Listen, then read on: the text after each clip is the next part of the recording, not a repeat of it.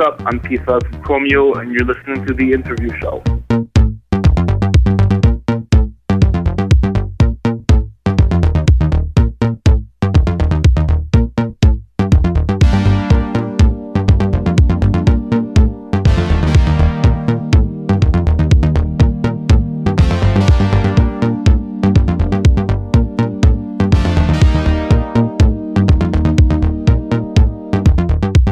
Yourself and no one else, alright. Alright. Then you wanna go out, wanna scream and shout tonight.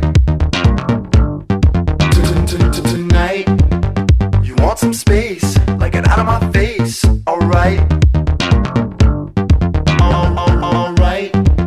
Then you want me back, to put your life on track tonight.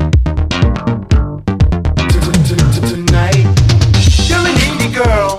I can tell when I look in your big brown eyes. You want my world, but how can I do yours if I can't do mine? I try to change, but somehow it's weird, I don't feel the same. It's all about what you want, what you say, how you feel, how you play the game.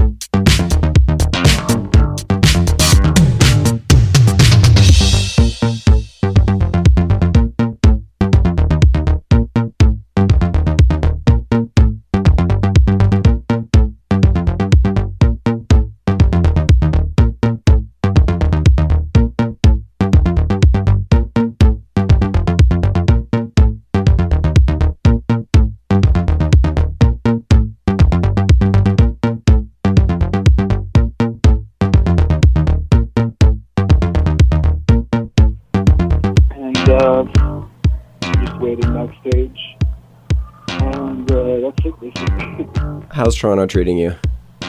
Great.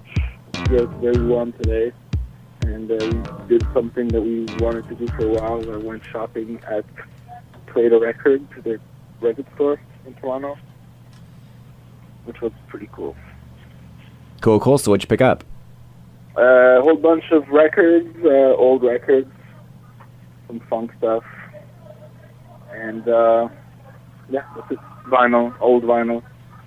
I was reading an interview with Dave One where he was saying that you guys are often inspired by classic record covers. So did you find anything inspiring today? Oh yeah, great covers I got today. One cover, it's from Sergio Mendes, and the front is him and his musicians dressed as a soccer team, and they're all like posing in a like very 70s kind of grain on the picture, and they're all posing in the front, and in the back it's the same pose, but they all have broken legs and limbs, and meaning they got pretty mashed up during the game. Crazy. Hilarious cover. Welcome to the interview show. This is Scott Wood, your host, and today I have P-Thugg from Chromeo on the line. Welcome. Thank you. You guys have often billed yourself jokingly as the only working relationship between an Arab and a Jew. How do you guys keep a balance in your working relationship since you are so close? You've been friends forever almost, it seems. We've been friends for a long time, and it's just like anything. There's agreements and there's disagreements, and you work around it just like a couple. It's like a long friendship is just like a couple. There's gonna hit a point where there's arguments and stuff. Not many, but you have to work around them. And after a while, when you've known each other for so long, there's no like ego involved. You just trust each other all the time, and there's no real bickering about like musical decisions. It's always bickering about stupid stuff like an old couple, like you were 5 minutes late for this and that. That's just dumb shit. But basically, all important musical decisions, we kind of trust each other when somebody has an idea. I was reading in Wikipedia, of all places, that Dave One actually used to work in a record store with Tiga, who's the guy who signed you guys. Yeah, exactly, and I was the accountant in that store. Oh, get out. I didn't realize you worked there too. Cool. Yeah. So what kind of coworker was Tiga? Was he like the guy who was always very anal retentive? Was he the guy who always had girlfriends calling the store? No. I was very attentive, curious, always coming up to the hip-hop section, wanting to listen to stuff, very curious, very musical, good taste. What type of employee was Tiga? Tiga owned the techno section, and we ran the hip-hop section. So it was like two different stores, but in one building. Okay. Yeah, basically that was it. Okay, everybody knows that Dave One is getting his PhD in French literature. I wanted to know what you do when you have downtime from Chromeo. I do the accounting for Chromeo. That's my downtime. Anything else, really. Pardon? Yeah, I don't have time for anything else, really. When he's in school taking care of that stuff, I'm just working behind the scenes and making sure we get paid, making sure we get accounting done, etc., etc. I've read that you were actually trained as an accountant. Yeah. I went to business school. So as a guy who knows the nuts and bolts of the financial side of the music industry, yeah, what's your take on the music industry and finances? All the time in Rolling Stone, you'll read articles about how all the financial woes of the labels, how it's hard for struggling artists, etc., etc. Well, no, I think it's easier for struggling artists, and it's harder for big labels. So, to me right now, it's like, it's kind of good because the musicians are getting more and more power, and the big labels are all falling apart. Now it's all, up to the artist directly. Put a nice MySpace page, a Facebook, go to Twitter, get your music out there on blogs, and you can make a name for yourself with no money, basically. How do you think, though, the demise of the labels works for longevity? I mean, I think if I was going to play devil's advocate, they're the guys who are going to say, well, we're the ones that nurture and support artists throughout their career. Yeah, but that ends up kind of, being it's just a hole where they throw money for a long time, and then if it just happens one day, it happens. These things don't happen. I mean, success is also for music. It's not only putting money in marketing and shoving yourself down everybody's throat, you know? I'd rather have like an organic success with genuine people liking your stuff, putting it on blogs, you know, emailing you for more songs and emailing you for bookings, than having just a label that quote unquote takes care of you and just puts a whole bunch of money, and if you never do good, they just drop you like a dead sock, you know? Yeah, no, fair enough. Well, I mean, you're the guy that's going to be able to tell us. You guys are on your third record, Business is Casual, and you're also one of those guys, or you guys are one of those groups that takes advantage of the remix. I think when I was doing research for this interview today, there was like at least 20 remixes of your current single. Yeah, we have a lot of remixes, and I think it's just we're like kind of in the category of ourselves, and we don't sound like anything out there, so people, I guess, want to have their take on what we do, and they just like to remix us because we give parts away for nothing, and there's like vocals to work with, there's drums to work with, there's synth sound to work with. So in terms of remixes, like you have dozens and dozens and dozens. Was that a marketing decision or an artistic decision? I'm sorry, can you repeat that? I'm going to change rooms. In terms of the remixes, Ooh. Yeah. You guys have a bazillion, and there are new remixes of like your old material from your first album that are still coming out even today. Yeah. So, I mean, was that just luck, or is that a, new marketing decision for a band in the new industry? It's just luck. I mean, the parts are out there. People are still into the songs. There's no real calculation behind it. The parts are still available, and I guess some people just discover some songs now because we weren't, that big back then. So they kind of rediscover some songs, and they're like, "Oh, I want to remix this or remix that." Of all the remixes that have been done for the songs on the current record, what's your favorite so far? The Aeroplane remix for "Don't Turn the Lights On." There must be another way. When she's gone to a better place, and loneliness will hurt you if you can't get through the night.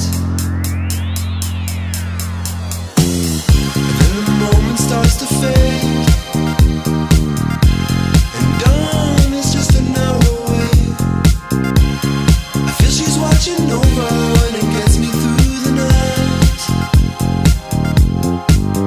It makes me wonder what you'd say. It's taking me back to the month of May when I watch you do it. I'm thinking back to what we share. In many ways I'm already there, and I watch you do it. Don't turn the lights on, 'cause tonight I wanna see you in the dark. Don't turn the lights on, 'cause tonight I wanna see you in the dark. Don't turn the lights on, 'cause tonight I wanna see you in the dark. Don't turn the lights on, 'cause tonight I wanna see you in the dark. Another walk to take, another lonesome evening spent without you there. And only those who hurt you will say patience is a virtue when it's been so long. And I can't think about it. No, I can't figure it out. 'Cause just how real you're feeling every time that you're appearing leaves no room for doubt. It makes me wonder what you'd say. It's taking me back to the month of May when I watch you do it. Thinking back to what we share. In many ways I'm already there, and I watch you do it. Of all the remixes that have been done for the songs on the current record, what's your favorite so far? The Aeroplane remix for "Don't Turn the Lights On." What's up? I'm P-Thugg from Chromeo, and you're listening to The Interview Show. Okay, you were telling me earlier that you were in a record store today getting some new vinyl, or some new old vinyl. Yeah. You guys are big fans. I mean, you're known for revitalizing old styles of music. Yeah. What do you think the dangers are of recontextualizing old music?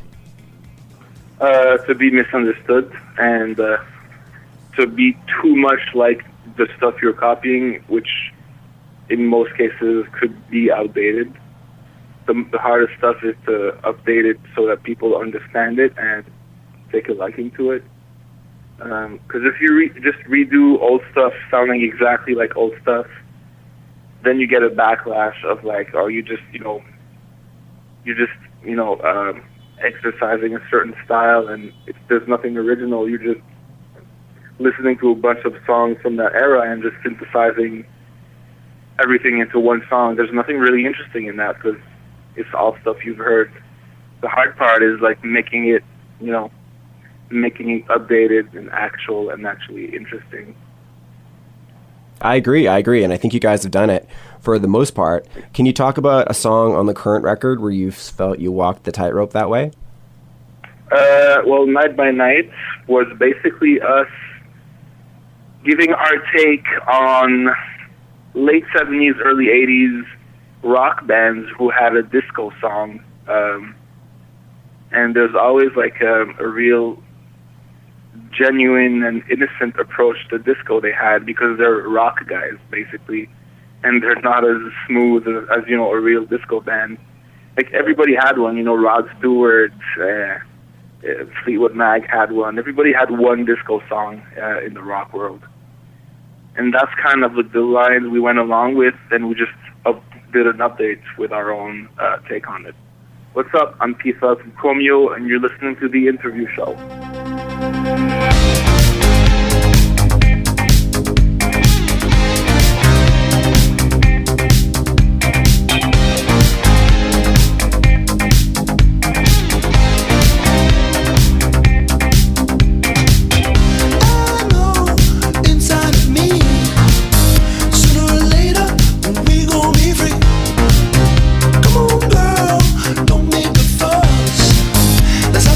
That's not just about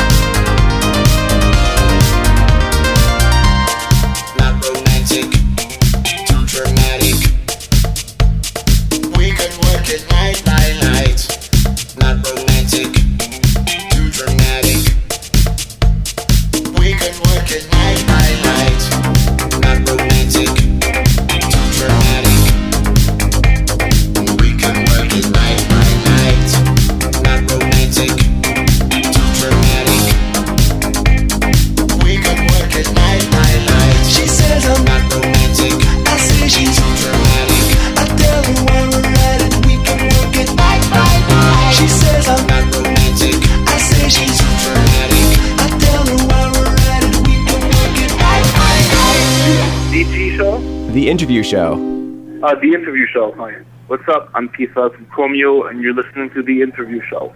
I was reading a quote from Mike Skinner where he said that when you're famous, it's easier to date regular girls, but courting a girl who's in the same level as you puts it back to the way things regularly are. Is that true or false? That's true. So can you talk about a situation where you found that to be true? I don't know. It's just like, I mean, if you date a girl that's in the same scene, that's doing the same things, you never really know exactly what she's with you for. I mean, I don't like to generalize, but it's kind of like a tendency. And if you date a regular girl who has no idea what you do, doesn't really care, you're like, you can be pretty sure of your choice. Yeah, fair enough. I have a quote from Dave One here. I was going to talk a little bit of romantic stuff, and he said that he said in an interview that guys who do sports are worse in bed. So can you weigh in? Guys who do sports are what? Worse in bed. The worst in bed? No, worse than nerdy guys, because you guys make nerdy love stories. Oh, yeah. I guess it's true, yeah. I can't really explain why you said that, but I guess it's true. Nerdy guys read more, so there's more, there's more influences on great poetry and stuff. I don't think sports guys read too much poetry. Fair enough. Okay, I have a listener who wanted to write in and ask for advice from Chromeo, so I said that I would do this for him. Yeah. Are you ready? Yeah. Hey, Chromeo. Great to talk to you. Dan Williamson here. I have this situation with a girl where we seem to go along great when it's just her and me. I really like this girl. When we spend time together, everything is amazing. But when her friends get involved in the situation, everything changes. I have a feeling they do not like me. What should I do, guys? You cannot tell anybody to either drop her friends or you.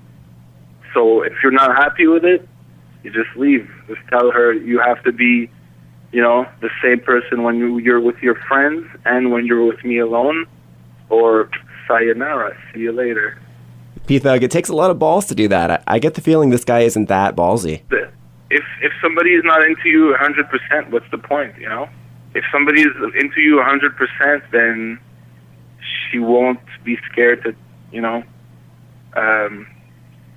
she won't be scared to hide it from her friends or be different around her friends. It's just something that you show everybody when you're into it. It's not just something fishy, so just drop it. Great. I agree with you 100%. All right, I love to end the show with the guest taking a song off their current record. In this case, that would be Business Casual, and talking a little bit about the song, about the development or the story behind it or what have you as I play out. So I would love it if you could do that. You want to put Don't Turn the Lights On? That sounds great. All right. What's up? I'm P-Thugg from Chromeo, and you're listening to the interview show. Yes, sir. So can you tell me a little bit about the behind-the-scenes making of that song? Oh, yeah, that was, Dave came up with this idea of the melody for the song, and he kind of had the title and the bass line. I just reworked all the instruments, did the drums, found the chords to go with it, and this song happened pretty quickly. Basically, it was one of the easiest of the album to do. Then I had to work on this synth solo at the end of the song, and it was pretty easy to put together. There must be another way. When she's gone to a better place, and loneliness will hurt you if you can't get through the night. Then the moment starts to fade, and dawn is just an hour away.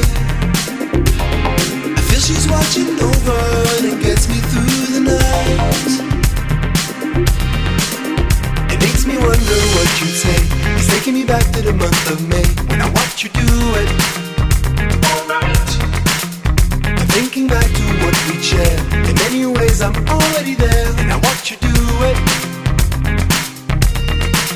Don't turn the lights on, 'cause tonight I wanna see you in the dark. Don't turn the lights on, 'cause tonight I wanna see you in the dark. Don't turn the lights on, 'cause tonight I wanna see you in the dark. Don't turn the lights on, 'cause tonight I wanna see you in the dark. Another walk to take, another lonesome evening spent without you there. And only those who hurt you will say patience is a virtue when it's been so long. And I can't think about it, no, I can't figure it out. 'Cause just how real you feel in every time that you're appearing leaves no room for doubt. It makes me wonder what you'd say. It's taking me back to the month of May when I watch you do it. I'm thinking back to what we shared. In many ways I'm already there, and I watch you do it. Don't turn the lights on,